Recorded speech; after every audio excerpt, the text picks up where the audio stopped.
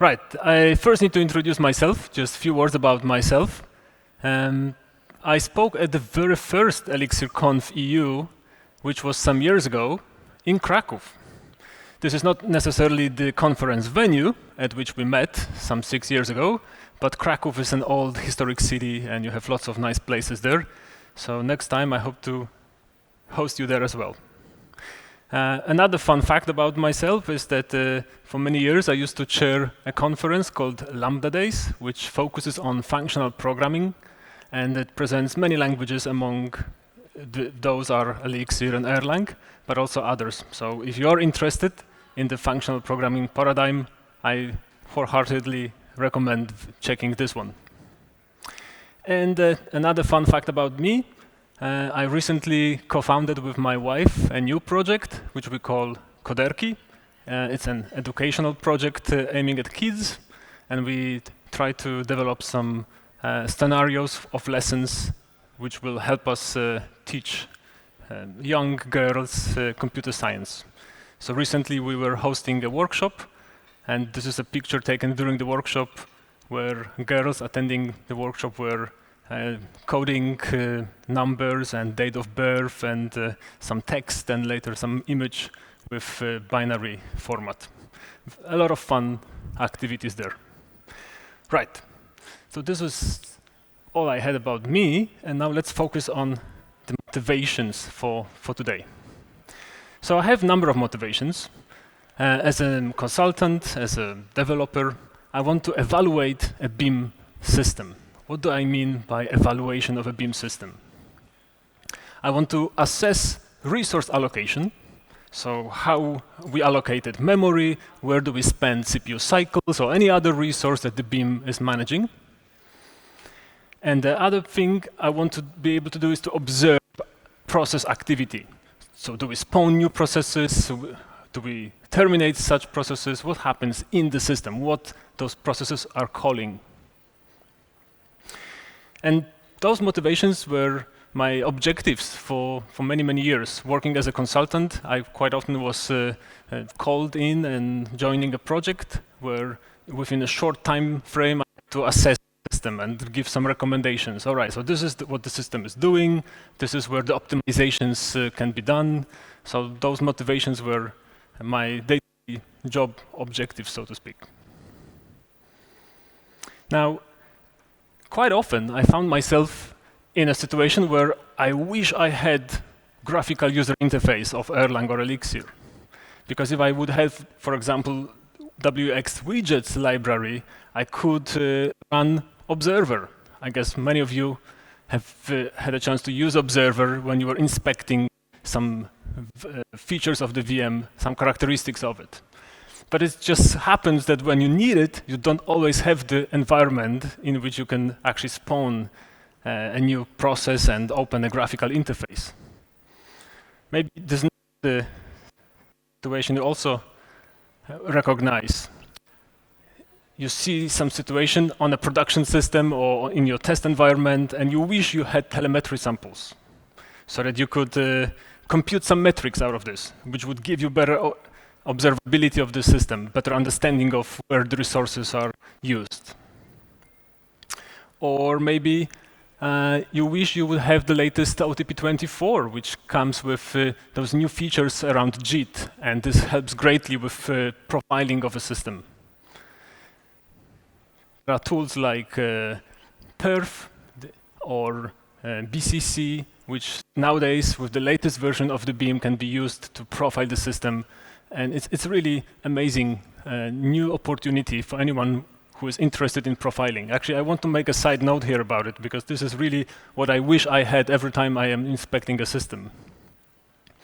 So just to give an example of Perf, which is a native Linux tool, and it allows you to sample Erlang stack traces, which in the new OTP24 is very interesting, because not only you will see regular C functions, which are part of the runtime system, but you also get to see any Erlang or Elixir functions which are called. So you actually see the whole call stack, both the runtime system in the C language and what is running emulated on the emulator And then tooling like perf or perf record can be used to visualize this. And there are also other tools, graphical tools, which can take dumps from those perf recordings and visualize them. So just to give you an idea what this allows us to do, I have some few screenshots of the speed scope tooling.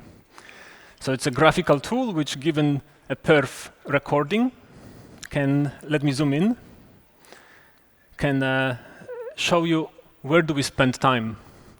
And those functions like dbput hash, those are C functions, which you can observe as in the previous years. But starting from OTP24, you also get to see those other functions prefixed with the $sign, and those are Erlang or Elixir functions. And you can see the whole stack actually presented here, Erlang Elixir functions alongside C functions. So this is super cool and super powerful, because now you get to actually understand where your time is spent, right? For example, here we see that Mnesia test was running and Mnesia transaction manager was executing something, and we spent like a third of the time in some function calculating hash and inserting objects to the ETS table. Anyway, this is really, really nice. So if I could choose, I would definitely choose OTP24 and have my operating system support perf recording. Another interesting observation we can make with such tooling is this one. Again, I'm going to zoom in here to show in more detail part of the screen.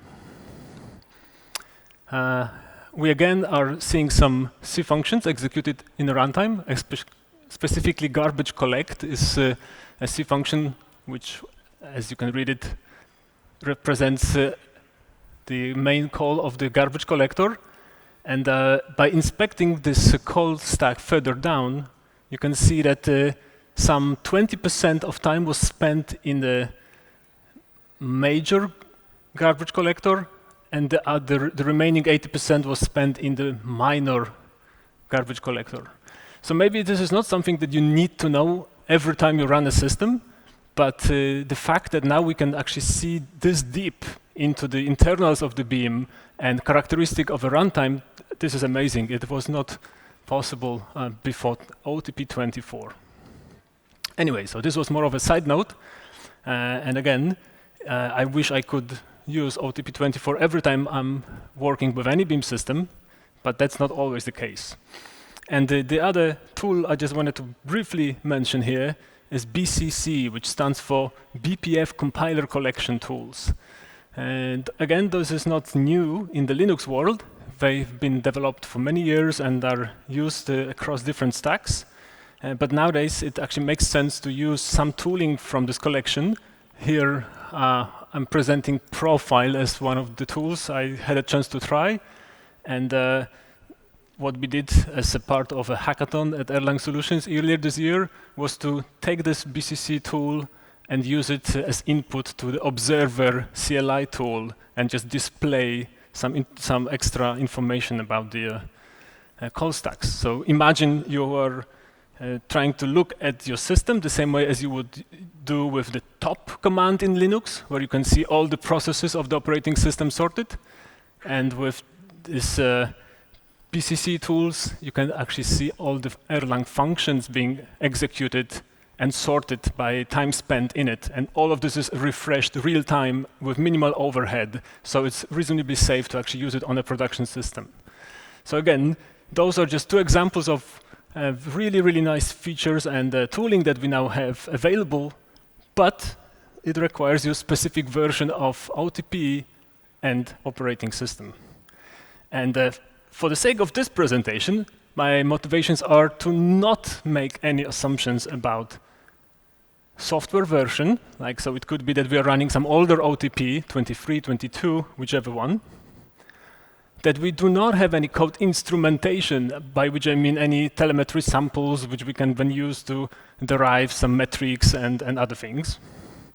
And neither we rely on any specific operating system features like those perf BCC tools and such. So I'm just trying to explore possibilities with native functions, part of Beam, and what kind of introspection we can get from it. Now, I'm pretty sure that many of you have heard about Livebook, which was announced earlier this year, which is an interactive notebook implemented in Elixir and Phoenix and LiveView. And nowadays it comes with a number of notebooks that you can use just to explore either Livebook itself or Elixir landscape. One of them is dedicated to extracting and visualizing information about a node. You can find it under the name Fun with VM Introspection. And if you look into Livebook source code, this is the path where you will find the notebook.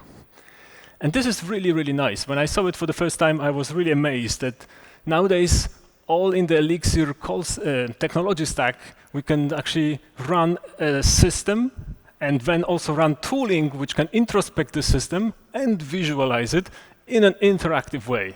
I mean, this is really, really a game changer, at least, again, for myself, who have been doing VM introspection for many years. This is really a life-changer feature to be able to introspect a system and interactively just explore the data that we can obtain from the system. So this is maybe a very naive example, which just plots memory consumption over time. But the fact that this is done in an interactive notebook, not in some tool which is there and is pre-compiled and pre-configured, but you can actually update what you visualize online, this is really, really nice. So how this is done in Livebook, this introspection, and what kind of interesting features one can obtain. So first, when you start a notebook, you need to maybe decide about some dependencies that you will use during this interaction. Here in this example, I will be using those 3 dependencies. VegaLite, which is the graphing library, Kino, which introduces some interactivity, and elab is a small library I published, which has some features for parsing output of some functions. I will dive deeper into it during the talk. So we just install those dependencies at the very beginning of our notebook session. And now we want to connect to this remote node, the one which we want to observe. So we need to decide which node we want to connect to, and the cookie we'll use to dial in. And then we just set the cookie so that in the next step we can connect to the node. Right. So this is just some preparation work, just to make sure that now from the context of a Livebook node, the one which you are working with in your browser window, you are typing in, evaluating expressions as in other interactive notebook projects. Now we connect from there to our target node. And from now on, we can execute some remote procedure calls. So we can inspect our target system, the one which we want to observe, assess. Okay. So here in this example, I will be using an RPC module, which comes with Erlang OTP, and this allows me to execute some function on a remote node. And I will be using specifically some beef, which comes with Erlang. It's called system info. And given the parameter procs, it will return a long binary describing the state of each process. Now, this is a beef, meaning that as soon as you enter this call, it will acquire a lock on the VM, and until it is done with producing the output, actually the VM is sort of frozen. So as with any other beef or NIF, be careful. If you would be attempting this line of code on a production system with very many processes or large heaps, this might be risky. But for the sake of this discussion, we are trying to see what are the techniques to explore the remote node.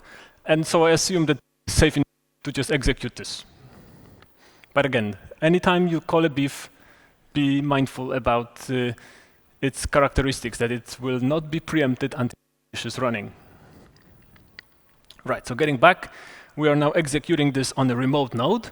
So whatever we get back here is available to us in the Livebook notebook. We can then further inspect this, but the function here, Erlang system info, procs, this is executed on the remote node.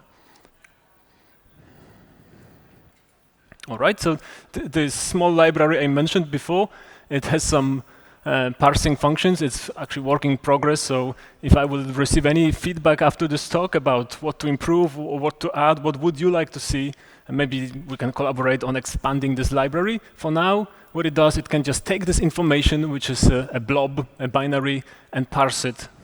And let's see what we can get out of this. So in the next few slides, I will be exploring what information can be taken from it. But just to give you an idea, after parsing this output, we can plot using the VegaLite library some interesting scatter plots. A scatter plot is a nice way to see two dimensions on one picture, in one picture. Here we see reductions and memory.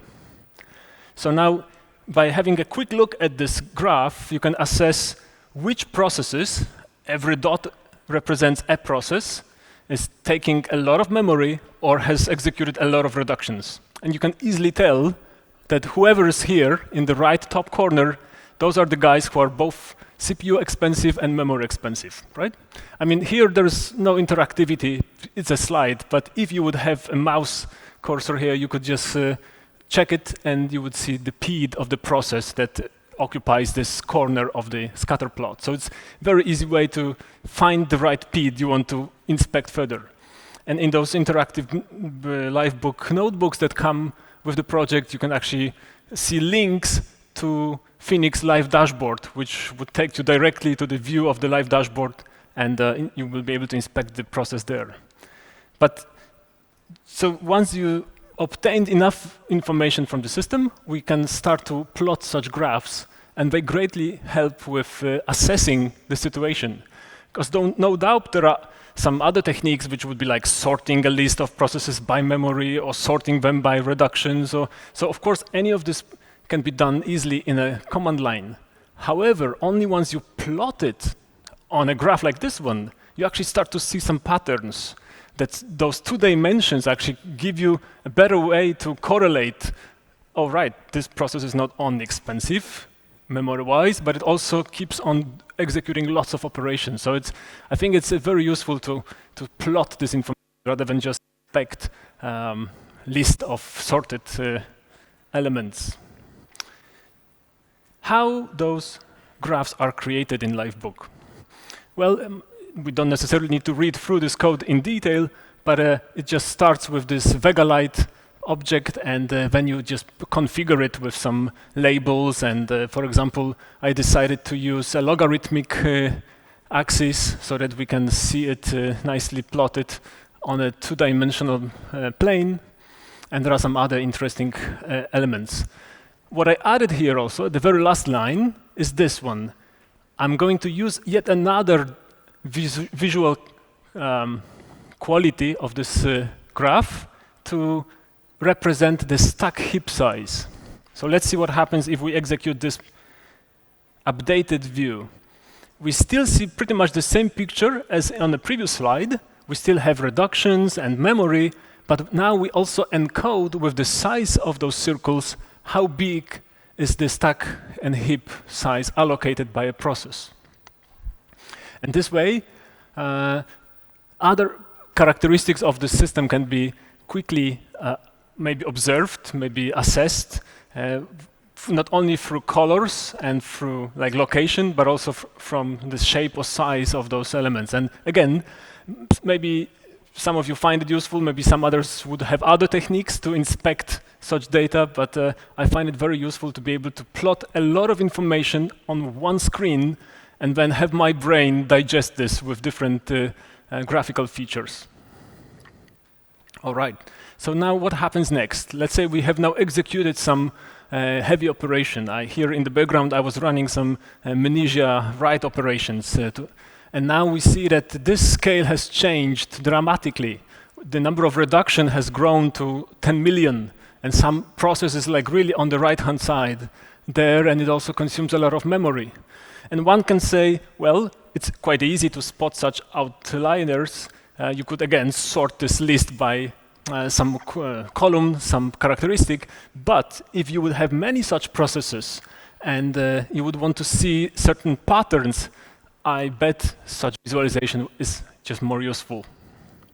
So if we keep going and we assess the system again after a few seconds of running some intensive operations, we see now that the reductions has grown to 1 billion, and memory is also skyrocketing.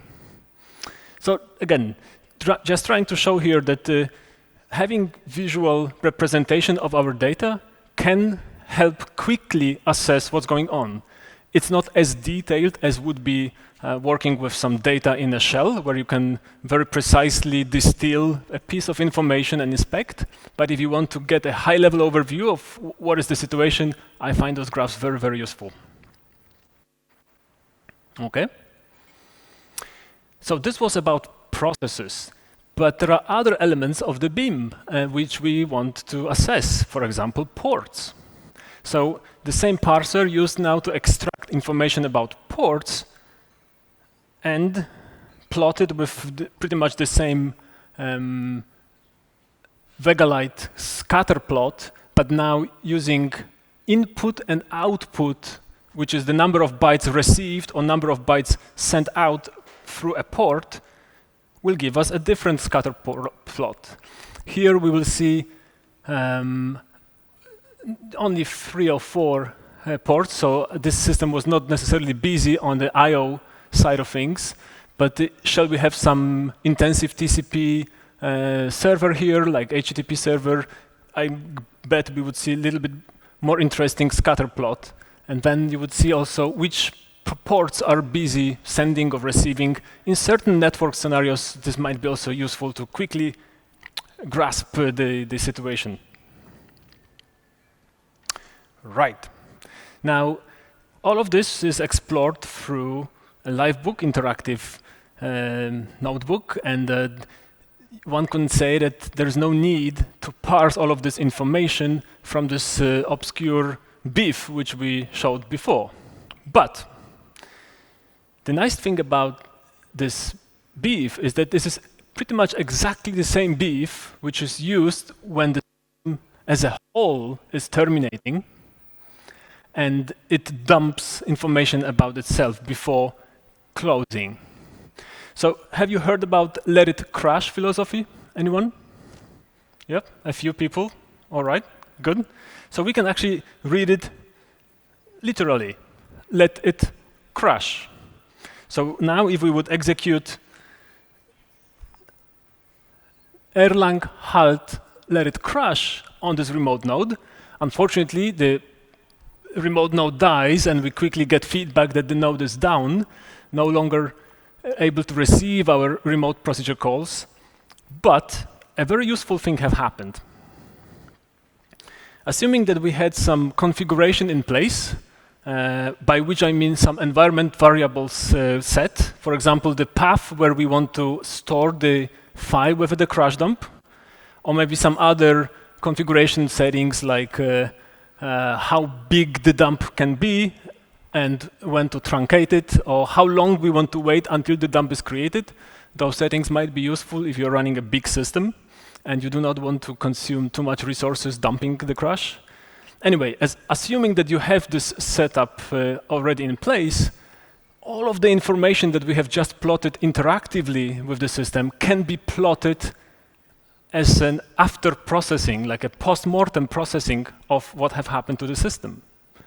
And anyone who has experienced some random failure of the system would appreciate being able to see sort of backwards what exactly was the state of the system at the time when we were about to terminate. And with those interactive graphs, you can get, again, quite efficient information about what was the state of memory or reductions or ports or queues, anything which may have led to the actual crash. So I hope that those graphs inspired you to remember about configuring your crash dumps every time you run your system and be able to access this information should your system die. Of course, the idea is not novel. There is a tool which is part of OTP, and it's called crash dump viewer. It requires WX widgets library as it is a graphical tool, but it helps explore all of the different information elements that are part of crash.dump. But I find this Livebook interactive tooling also very useful to play with data and visualize it.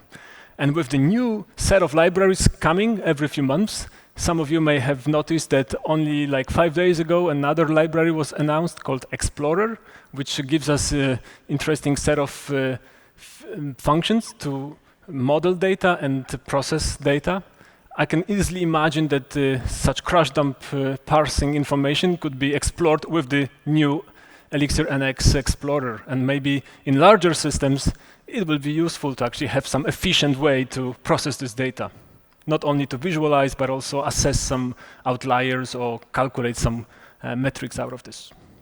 Anyway, I hope that I convinced you that you should love your crash dumps. Don't forget to set the environment variables and know where your crash dump files is located, because this might be a lifesaver.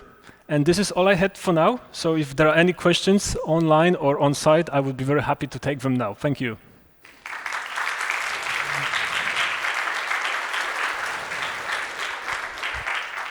Thanks, Michał.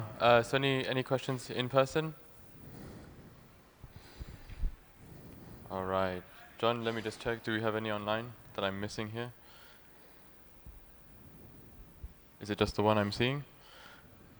Okay, I'll ask that one. Michał, you know, sort of after your experiences here, is there a future in Livebook, perhaps, or the Beam's introspective abilities that you'd like to see? Mm-hmm.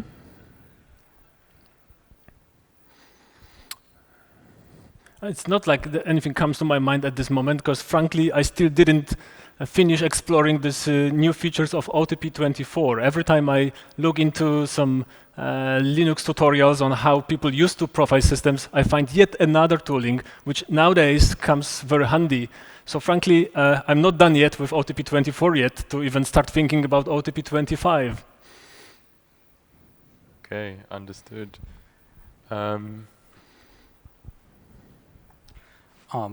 Thanks for the talk, amazing stuff. So what would be, like, from your experience, the common reasons for the whole VM to go down? Reasons for the VM to go down? Why would you need a crash dump? Like supervisors and like all the supervision trees would provide like a resiliency to the system, but then you're saying like it might be useful to like have those crash dumps. So what would be the common reasons for this to happen? One of the most common reasons for a Beam process running the VM to crash is because it runs out of memory. And quite often this can happen in a dramatically fast way. So some event occurs which you did not see before, and within like seconds the whole system runs out of memory because of some infinite loops or some crazy data which came in from the internet on a socket. So having a crash dump in such situation to point you what kind of processes, which supervised processes were running out of memory can be the only way to actually understand what have happened. Because any tooling which is used to measure maybe some consumption and report this on a regular basis might not be quick enough or detailed enough to capture those nuances. So out of memory is the most common slogan that you see in the crash dump file, but it's not easy sometimes to find the root cause of out of memory problem.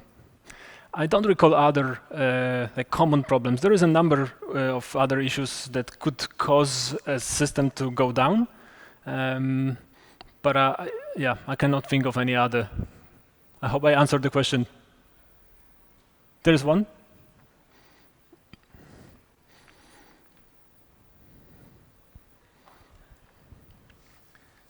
Thank you for listing these tools. I think they're awesome and they're especially useful when inspecting systems that actually run in production for a longer time, but need some performance tuning. My question is, you mentioned that the same data as we can get with the BIF is available in the crash dump. There's a nice utility in Recon which allows us to get a human-readable summary of the crash dump. Do you know if there is something similar which would allow us to take the crash dump and then plot that using Livebook as you have shown on the slide. Excellent one. So you're right, Recon, which has been an established tool for various operational issues for many years, does have some scripts. I believe those are like Oak or some bash scripts which allow you to grep through a crash dump, and this is very useful. My aim with this elab library, which I published on Hex, is actually to provide those extra parser elements which would allow us to read in a crash dump file and provide it to the Livebook session. So although not all of this has been published yet to GitHub or Hex, this is my aim here, exactly to extend the elab to be able to parse regular text files of a crash dump.